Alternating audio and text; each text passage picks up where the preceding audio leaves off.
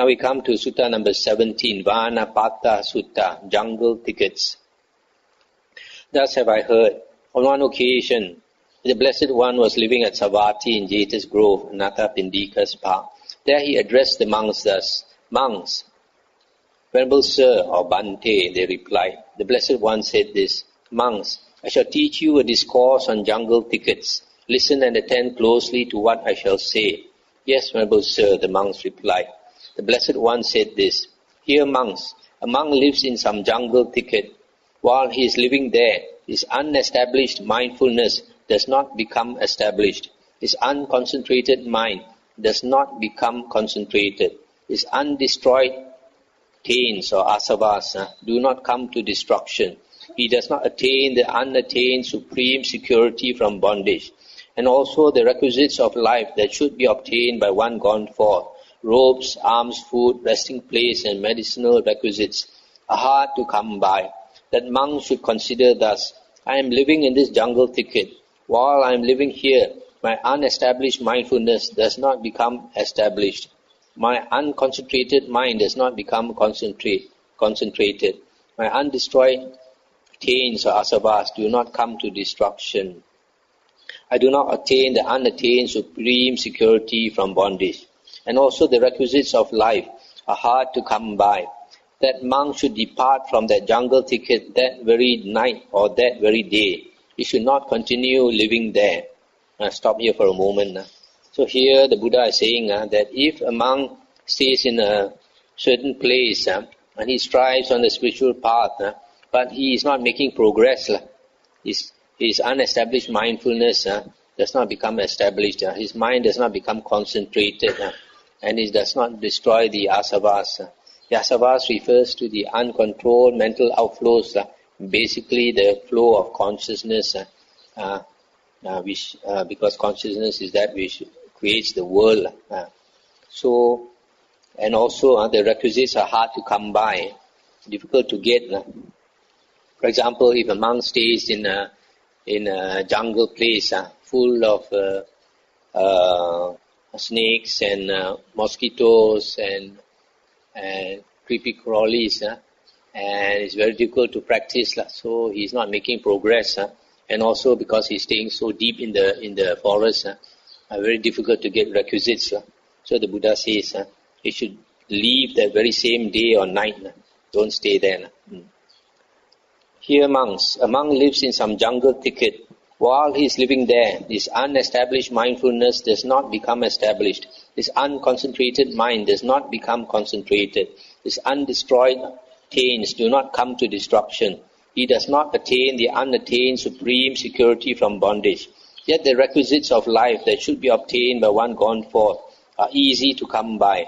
That monk should consider thus, I am living in this jungle thicket. While I am living here, my unestablished mindfulness does not become established. My unconcentrated mind does not become concentrated, etc. I do not attain the unattained supreme security from bondage. Yet the requisites of life that should be obtained by one gone forth are easy to come by. However, I did not go forth from the home life to homelessness for the sake of robes, arms, food, resting place, and medicinal requisites. Moreover, while I am living here, my unestablished mindfulness does not become established. My unconcentrated mind does not become concentrated, etc. Having reflected thus, that monk should depart from that jungle thicket. He should not continue living there. I stop here for a moment. So here, a monk stays in a particular place, and he gets a lot of requisites. However, he's not making progress. For example, if he stays in a town monastery, and there's plenty of support from the lay people, he gets plenty of robes, plenty of good food, and stays in an aircon room, etc., having a good life. But he cannot progress on the spiritual path. Then the Buddha says he should depart. Not necessary to depart the same day, but he should depart soon. Now to continue. Here, monks, a monk lives in some jungle thicket. While he is living there, his unestablished mindfulness becomes established. His unconcentrated mind becomes concentrated. His undestroyed taints come to destruction. He attains the unattained supreme security from bondage. Yet the requisites of life that should be obtained by one gone forth are hard to come by. The monk should consider thus: I am living in this jungle thicket. While I am living here, my unestablished mindfulness has become established. I have attained the unattained supreme security from bondage. Yet the requisites of life are hard to come by. However, I did not go forth from the home life into homelessness for the sake of robes, arms, food, resting place, and medicinal requisites. Moreover, while I am living here, my unestablished mindfulness has become established, etc. I have attained the unattained supreme security from bondage. Having reflected thus, that monk should continue living in that jungle thicket. He should not depart. I'll stop here for a moment. So here, this monk is staying in the jungle where it's very difficult to get the requisites. Maybe insufficient food, not much food, or not so good quality food, and the other requisites also hard to come by. But he's making progress. For example, if a monk stays in the hills and are supported by the hill tribes, there the offerings of requisites are not so good, but because he is in a very lonely place, he's making progress. Then the Buddha says he should continue staying there. Here monks, a monk lives in some jungle thicket. While he is living there, his unestablished mindfulness becomes established. His unconcentrated mind becomes concentrated. His undestroyed taints come to destruction. He attains the unattained supreme security from bondage. And also the requisites of life that should be obtained by one gone forth, robes, arms, food, resting place, and medicinal requisites, are easy to come by. That monk should consider thus: I am living in this jungle thicket. While I am living here, my unestablished mindfulness has become established. I have attained the unattained supreme security from bondage. And also the requisites of life are easy to come by. That monk should continue living in that jungle thicket as long as life lasts. He should not depart. So this fourth one, this monk stays in this jungle place. The requisites are quite well provided, and also he makes progress on the spiritual path. Then the Buddha says that is the ideal. Stay there until the end of life. Don't go anywhere. And then the Buddha repeats the same four things, four conditions for different places. Here monks, a monk lives in dependence upon a certain village. And again these four conditions. He stays in a certain village and he does not progress, and the requisites are hard to come by. Then he should depart the very same day. And then secondly, he stays in a certain place, in a certain village. He does not progress, but there is plentiful supply of requisites. He should still depart.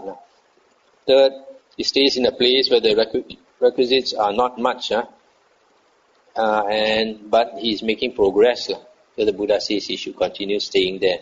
Fourth, he stays in this village and he is making progress, and the requisites are also easy to get. And the Buddha says you stay there until the end of life. Similarly, here a monk lives in dependence upon a certain town, the same four conditions. Here a monk lives in dependence upon a certain city, also the same four conditions.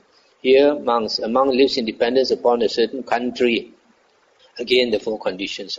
So here these are all talking about a place. What is a suitable place for a monk? So according to the sutta here, what is a suitable place for a monk is where he makes progress. Ideally, if he makes progress and he gets a lot of requisites, that is ideal. And the sutta continues. Here monks, a monk lives in dependence upon a certain person, that means a certain teacher, certain acharya or achan. And then, as before, he lives in dependence upon a certain teacher, and he does not make progress. And also the requisites are hard to come by. And then the Buddha says, that monk should depart from that teacher without taking leave. He should not continue following him. And the second teacher, here monks, a monk lives in dependence upon a certain person, a certain teacher. And then staying there, he does not make progress, but plenty of requisites. Having reflected thus that monks should depart from that person after taking leave, he should not continue following him. And the third one, here monks, a monk lives in dependence upon a certain person, a certain teacher, and he makes progress, but the requisites are hard to come by. Having reflected thus that monks should continue following that person, he should not depart. Number 4, here monks, a monk lives in dependence upon a certain teacher, and then he makes progress, and also the requisites are plentiful. That monk should continue following that person as long as life lasts. He should not depart from him, even if told to go away. That is what the Blessed One said. The monks were satisfied and delighted in the Blessed One's words. So this sutta is again another very practical sutta. The first part is telling you what is a suitable place to stay. If you stay in a certain cave or a certain forest or in a certain secluded place, and you are making progress, the Buddha says continue staying there. But if you are not making progress, then leave, the Buddha says. Similarly, if you follow a certain teacher and you make progress, then you should stay with him. Even if he chases you away, also you don't run away. Kicks you out of the door, so you crawl back. But if you are not making progress, then even though he asks you to stay, you should leave. So that is the Buddha's teachings. So it's a very clear where to stay, what teacher to follow. Whether I have time to do another sutta, let's try. Never mind, we'll try to do it. Okay. Number 18, sutta number 18, Majjhima Nikaya, Madhupindika sutta, the honey ball. Thus have I heard. On one occasion, the Blessed One was living in the Sakyan country at Kapilavatthu in the Nigroda's park. Then when it was morning, the Blessed One dressed, and taking his bowl and outer robe, went into Kapilavatthu for alms. The outer robe is what you are wearing. This is a shivon, this is the outer robe. When he had wandered for alms in Kapilavatthu and had returned from his alms round, after his meal he went to the great wood for the day's abiding, and entering the great wood, sat down at the root of a bilva sapling for the day's abiding. Dandapani, the Sakyan, while walking and wandering for exercise, also went to the great wood. And when he had entered the great wood, he went to the bilva sapling, where the Blessed One was, and exchanged greetings with him. When this courteous and amiable talk was finished, he stood at one side, leaning on his stick, and asked the Blessed One, "What does the recluse assert? What does he proclaim?" And the Buddha said, "Friend, I assert and proclaim such that one does not quarrel with anyone in the world, with its gods, its maras, and its brahmas. In this generation, with its recluses and Brahmins, its princes and its people, such that perceptions no more underlie that Brahmana who abides detached from sensual pleasures, without perplexity, shorn of worry, free from craving for any kind of being." I'll stop here for a moment. So here the Buddha is asked, what does he teach? Then the Buddha says, he teaches that he teaches such that he does not quarrel with anyone, and also his teaching is such that perceptions no more underlie the Brahmana.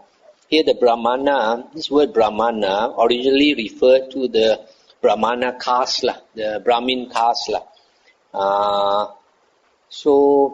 Originally the Brahmana caste were ascetics, ascetics, recluses.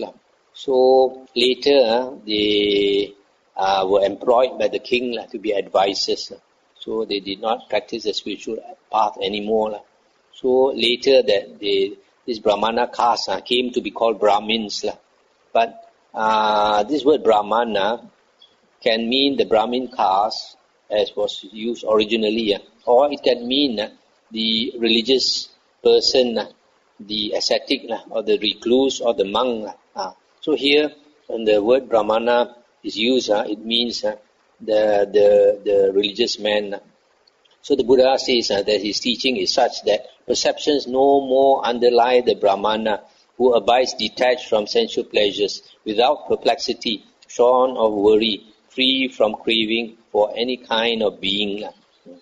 When this was said, Dandapani the Sakyan shook his head, wagged his tongue, and raised his eyebrows until his forehead was puckered in 3 lines. Then he departed, leaning on his stick. But obviously he didn't know what the Buddha was talking about now. He was so bewildered. Then when it was evening, the Blessed One rose from meditation and went to Nigroda's park, where he sat down on a seat made ready for him, and told the monks what had taken place. Then a certain monk asked the Blessed One, "But Venerable Sir, what is that? The Blessed One asserts, whereby one does not quarrel with anyone in the world, with its gods, its maras and brahmas, in this generation with its recluses and Brahmins, its princes and its people. And Venerable Sir, how is it that perceptions no more underline that Brahmana, who abides detached from sensual pleasures, without perplexity, shorn of worry, free from craving for any kind of being?" So here this monk also didn't understand. So he asked the Buddha to explain. And the Buddha said, "Monks, as to the source through which perceptions and notions tinged by mental proliferation beset a man, if nothing is found there to delight in, welcome or hold to, this is the end of the underlying tendency to lust, of the underlying tendency to aversion, of the underlying tendency to views, of the underlying tendency to doubt, of the underlying tendency to conceit, of the underlying tendency to desire for being, of the underlying tendency to ignorance. This is the end of resorting to rods and weapons, of quarrels, brawls, disputes, recrimination, malice, and false speech. Here these evil, unwholesome states cease without remainder." That is what the Blessed One said. Having said this, the Sublime One rose from his seat and went into his dwelling. So here the Buddha says that source from which perceptions and notions arise, if nothing is delighted in there, if you do not delight in that source, welcome or hold on to it, that is the end of the underlying tendencies to lust, aversion, etc. Then soon after the Blessed One had gone, the monks considered, "Now friends, the Blessed One has arisen from his seat and gone into his dwelling, after giving a summary in brief without expounding the detailed meaning. Now who will expound this in detail?" Then they considered, "The Venerable Mahakachana is praised by the teacher and esteemed by his wise companions in the holy life. He is capable of expounding the detailed meaning. Suppose we went to him and asked him the meaning of this." Then the monks went to the Venerable Mahakachana and exchanged greetings with him. When this courteous and amiable talk was finished, they sat down to one side and told him what had taken place, adding, "Let the Venerable Mahakachana expound it to us." The Venerable Mahakachana replied, "Friends, it is as though a man needing hardwood, seeking hardwood, wandering in search of hardwood, thought that hardwood should be sought for among the branches and leaves of a great tree standing possessed of hardwood, after he had passed over the root and the trunk. So it is with you, Venerable Sirs, that you think that I should be asked about the meaning of this, after you pass the Blessed One by, when you were face to face with the teacher. For knowing the Blessed One knows, seeing he sees. He is vision, he is knowledge, he is the Dhamma, he is the Holy One. He is the sayer, the proclaimer, the elucidator of meaning, the giving of the deathless, the Lord of the Dhamma, the Tathagata. That was the time when you should have asked the Blessed One the meaning. As he told you, so you should have remembered it. I'll stop here for a moment. So here Venerable Mahakachana is saying, you had the Buddha in front of you and you never asked him. It's just like the hardwood is in front of you and you don't know that it is hardwood. You go and look for the leaves and the branches, which is worthless. So he's saying, I'm like the leaves and the branches. The Buddha is the enlightened one now. Why you ask me?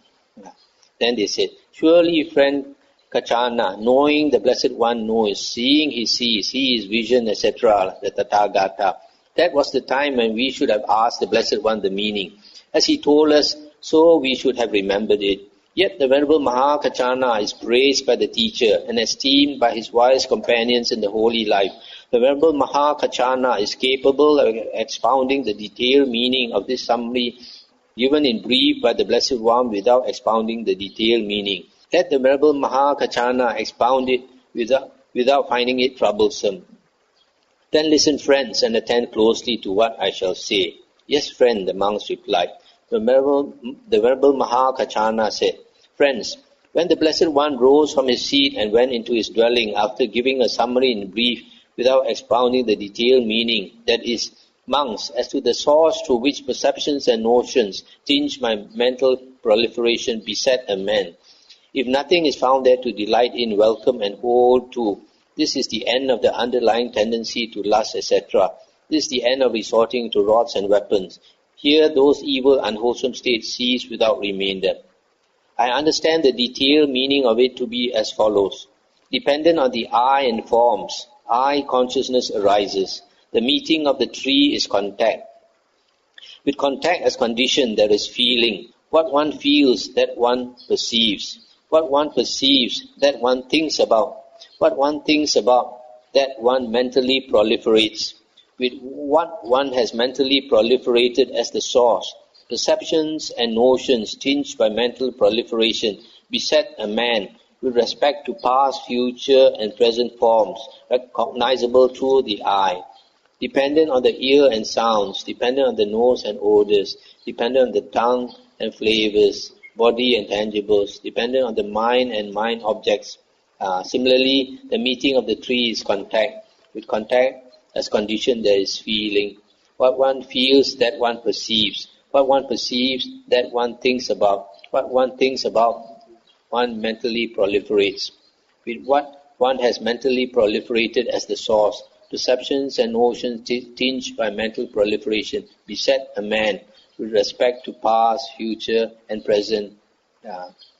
So here, let's stop here for a moment. So here what the Mahakachana is saying is that our six sense bases has these six sense objects. So the meeting of the sense object with the sense base causes the consciousness to arise. So when consciousness arises, it is followed by feeling, perception, proliferation. So that's basically what he says. So it is the contact of the sense object with the sense base that causes this feeling, perception, etc. to arise. And he continues, when there is the I, a form and I consciousness, it is possible to point out the manifestation of contact. When there is the manifestation of contact, it is possible to point out the manifestation of feeling. When there is the manifestation of feeling, it is possible to point out the manifestation of perception. When there is the manifestation of perception, it is possible to point out the manifestation of thinking. When there is the manifestation of thinking, it is possible to point out the manifestation of being, beset by perceptions and notions tinged by mental proliferation. Similarly, when there is the ear, sound and ear consciousness, when there is the nose, odor and nose consciousness, etc., it is possible to point out the manifestation of feeling, perception, thinking, etc., mental proliferation. When there is no I, no form and no I consciousness, it is impossible to point out the manifestation of contact. When there is no manifestation of contact, it is impossible to point out the manifestation of feeling. When there is no manifestation of feeling, it is impossible to point out the manifestation of perception. When there is no manifestation of perception, it is impossible to point out the manifestation of thinking. When there is no manifestation of thinking, it is impossible to point out the manifestation of being beset by perceptions and notions tinged by mental proliferation. Similarly, when there is no ear, no sound and no ear consciousness, no nose, no odor and no nose consciousness, etc. So here, basically what he is saying is that when there is the sense basis and the sense objects, feeling, perception, thinking, etc. arise. But when there is no sense base and no sense object, then there is no contact. Because of no contact, there is no feeling, no perception, no thinking, no mental proliferation. Friends, when the Blessed One rose from his seat and went into his dwelling, after giving a summary in brief, without expounding the detailed meaning, that is, monks, as to the source through which perceptions and notions tinged by mental proliferation beset a man, if nothing is found there to delight in, welcome and hold to, that is the end of the underlying tendency to lust, of the underlying tendency to aversion, of the underlying tendency to views, of the underlying tendency to doubt, of the underlying tendency to conceit, of the underlying tendency to desire for being, of the underlying tendency to ignorance. This is the end of resorting to rods and weapons, of quarrels, brawls, disputes, recrimination, malice and false speech. Here these evil, unwholesome states cease without remainder. I understand the detailed meaning of this summary to be thus. Now friends, if you wish, go to the Blessed One and ask him about the meaning of this. As the Blessed One explains it to you, so should you remember it. Then the monks, having delighted and rejoiced in the Venerable Mahakachana's words, rose from their seats and went to the Blessed One.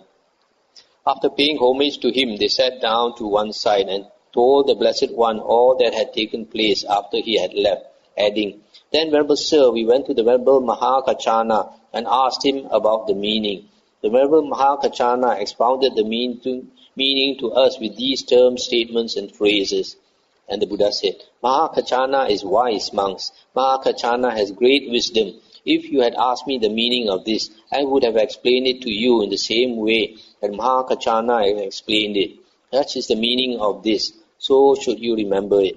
When this was said, the Venerable Ananda said to the Blessed One, "Venerable Sir, it is as if a man exhausted by hunger and weakness came upon a honey ball. In the course of eating it, he would find a sweet, delectable flavor. So too, Venerable Sir, any able-minded monk, in the course of scrutinizing with wisdom the meaning of this discourse on the Dhamma, would find satisfaction and confidence of mind. Venerable Sir, what is the name of this discourse on the Dhamma?" As to that, Ananda, you may remember this discourse on the Dhamma as the honey ball discourse. That is what the Blessed One said. The Venerable Ananda was satisfied and delighted in the Blessed One's words. It's the end of the sutta. So basically here, I guess when the Buddha says that firstly, when he teaches the Dhamma, he does not quarrel with anyone in the world. There is one sutta, an interesting sutta, I'm not sure whether it is Anguttara Nikaya or Samyutta Nikaya, I forgot, where the Buddha says, "The world quarrels with me, I do not quarrel with the world. He who teaches the Dhamma does not quarrel with the world." Why does the Buddha say he does not quarrel with the world? Because I think a lot of external set teachers have found fault with the Buddha. So they want to quarrel with the Buddha, saying, criticize the Buddha and all that. But the Buddha says, because when the Buddha taught the Dhamma, he contradicted a lot of other teachings. So because he contradicted a lot of other teachings, the other external sect teachers were not happy with him. So they found fault with him, criticized him and all that. So it's as though he has a big quarrel with them. But the Buddha says he does not quarrel with them. They quarrel with me. The Buddha says he who teaches the Dhamma does not quarrel with the world.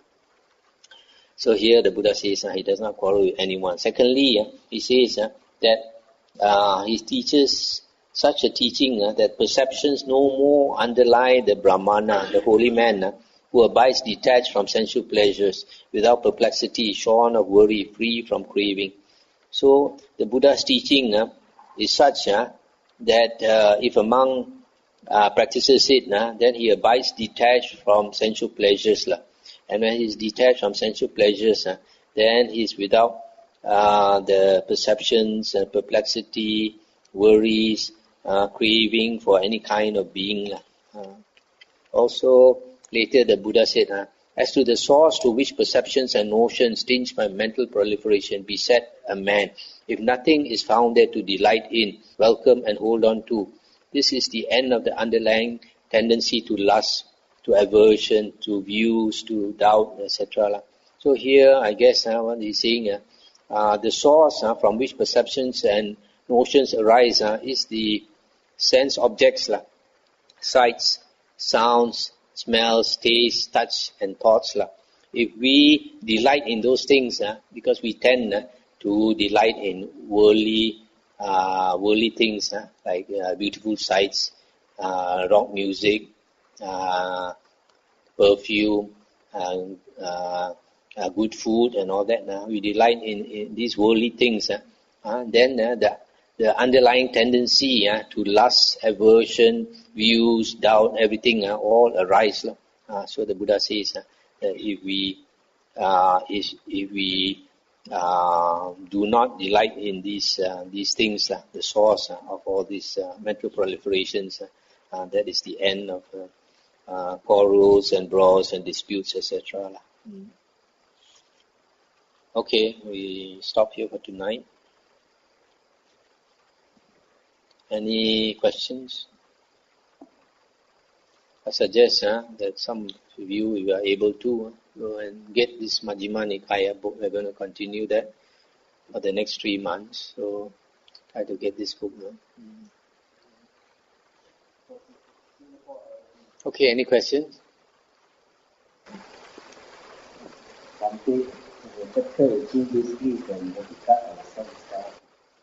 Sutta number 18, not chapter, sutta. Not cut, we don't delight in it. Don't delight, don't cling in sights, sounds, smells and all that. The Buddha says somewhere that because of the round of rebirths is craving for delighting in this and that. The normal person, because life is very boring, Buddha says life is dukkha. So for the normal person, we always trying to find amusement. We delight in this. If you just stay at home and do nothing, you find so boring. You must watch the Astro, or you watch the football, or you go out karaoke. At least also teh tarik. Go and simbang. So we distract ourselves from the dukkha, because if you just do nothing, then you feel dukkha. Life is dukkha, so we find it unbearable. So we tend to want to look for pleasure here and there. That's why the Buddha says, always delighting in this and that, changing. You enjoy something also, after some time, it becomes boring already. And you get more of it, it becomes a nuisance already. For example, you listen to music. Music is very nice. But it plays non-stop. You find irritating already.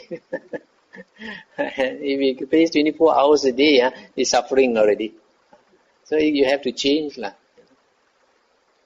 So that's why we always delight in this and that, always changing. It's just that for the normal person, we don't have the Buddha's instructions. For a normal person who does not know the Dhamma, he does not know how to analyze, how to see this. But because we have the Buddha's instructions, and the Buddha tells us, then we go and observe. Life is like that. Okay, stop for now. It's getting late.